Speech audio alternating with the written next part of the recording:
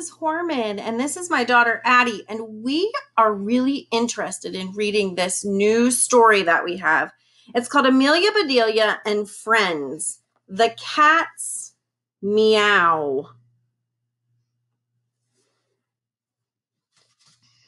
All right, let's see. This story starts with chapter 1 called If at First You Don't Succeed. Remember, people, said Miss Garcia, Amelia Bedelia's science teacher at Oak Tree Elementary, all great inventors think outside the box. Amelia Bedelia looked at her friend Joy and shrugged. Teachers were always telling them to think outside the box. Amelia Bedelia rarely stood in a box to think, and neither did any of her friends. Yes, Abby? Why did she stand in a box? She's not really standing in a box. That's a great thinking question. She's not really standing in a box. They're trying to tell her to think differently than she usually thinks. So think of something new and exciting outside what's normal or typical, something that's always the same. Think about it differently. And what is predictable mean? What's predictable mean? That means that someone could guess that you were going to do it. But Amelia Bedelia had also never invented anything famous, at least not yet. Not a light bulb like Thomas Edison, or shampoo made out of peanuts like George Washington Carver, or a chocolate chip cookie like Ruth Wakefield, or even a pair of earmuffs like Chester Greenwald. An inventor starts with a problem and then finds a solution that doesn't already exist.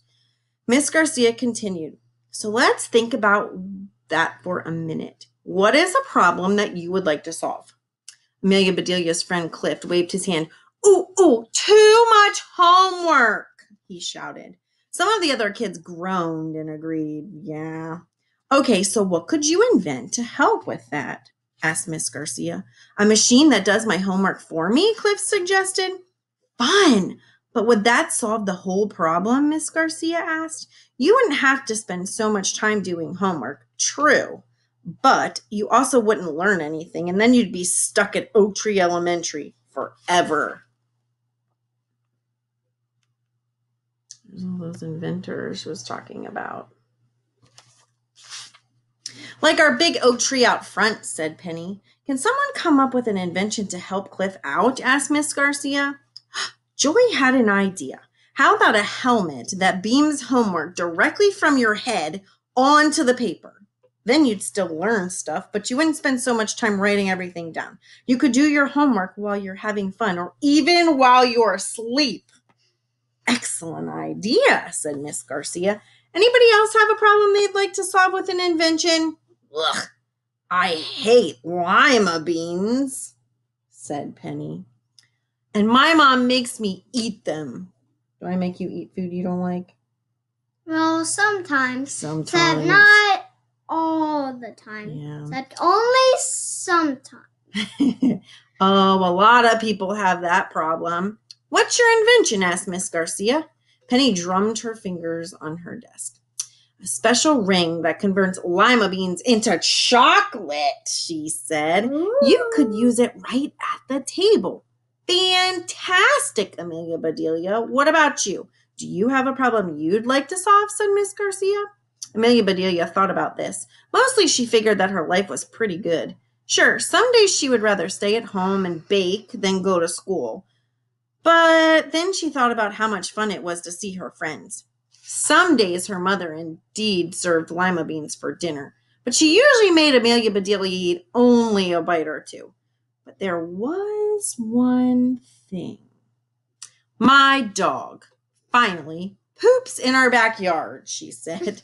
It's my job to pick it up, and it's gross. The class laughed. Amelia Bedelia laughed too. It was funny, but it was also true. She knew it was part of taking care of a dog. She loved all animals. Most pet owners have that same problem, said Miss Garcia. What's a solution? The class came up with a lot of ideas for this one. A robot pooper scooper. A spray that instantly melted poop into fertilizer. a dog trainer who would train, finally, to pick up her own poop, puppy diapers, a puppy porta potty. That's thinking outside the box, said Miss Garcia. Very creative, very inventive. Now, for the rest of the period, I'd like each of you to try inventing something of your own. She waved her hand toward the back of the science classroom. Piled on top of the long table were all sorts of supplies. Rubber wheels, metal cogs, plastic tubes, boards with holes on them, wires, cords, tape, glue, staples, and more. Here's the problem. I want you to solve, inventor, she said. Suppose you have 5 marbles and you want to move all 5 of them at least 12 inches. You can't touch the marbles or pick them up in your hands. How can you do it? You can you have an idea? You can slide them. But you can't touch them. Let's see what they think of. Blow it? Maybe. What can you make to help you? Go ahead and get started. And remember, a good inventor is nimble. You must think on your feet. Amelia Bedelia jumped up from her chair and bounced up and down on her toes. Good inventors are persistent. They never give up. Miss Garcia went on, and most importantly, a good inventor knows that there's more than one way to skin a cat. We have about 30 more minutes. Let's see who can solve it. Amelia Bedelia froze. What a horrible idea. Who would want to skin a cat? She looked around the classroom. There was Horman, the corn snake, dozing in her cage, draped over a log.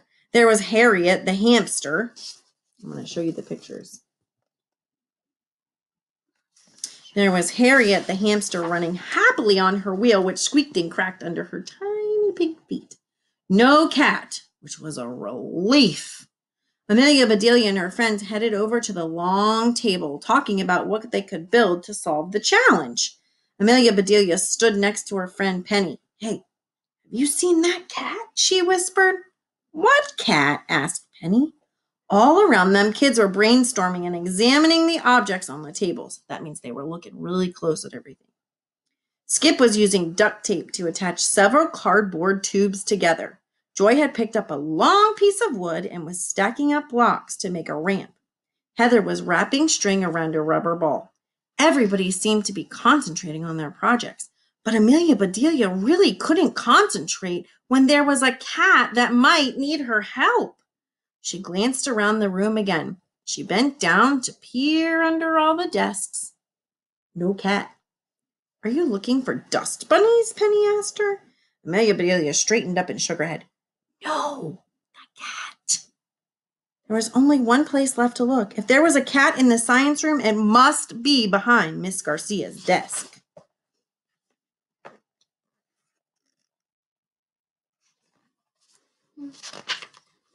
While Miss Garcia was talking to Holly and Clay, Amelia Bedelia took a chance. She darted across the room and slipped down behind Miss Garcia's desk. Crouching, she pushed Miss Garcia's chair aside and peered into the space beneath the desk.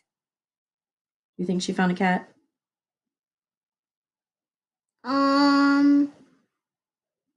No cat. What about the big desk drawers? Could a cat be hiding in there? Amelia Bedelia tugged one open and peeked in. It was full of school supplies. No cat. Amelia Bedelia, said a voice behind her. What are you doing? And that is the end of chapter 1. Tomorrow we will read chapter 2, Moving Your Marbles Without Losing Your Marbles. And we all love you. Bye.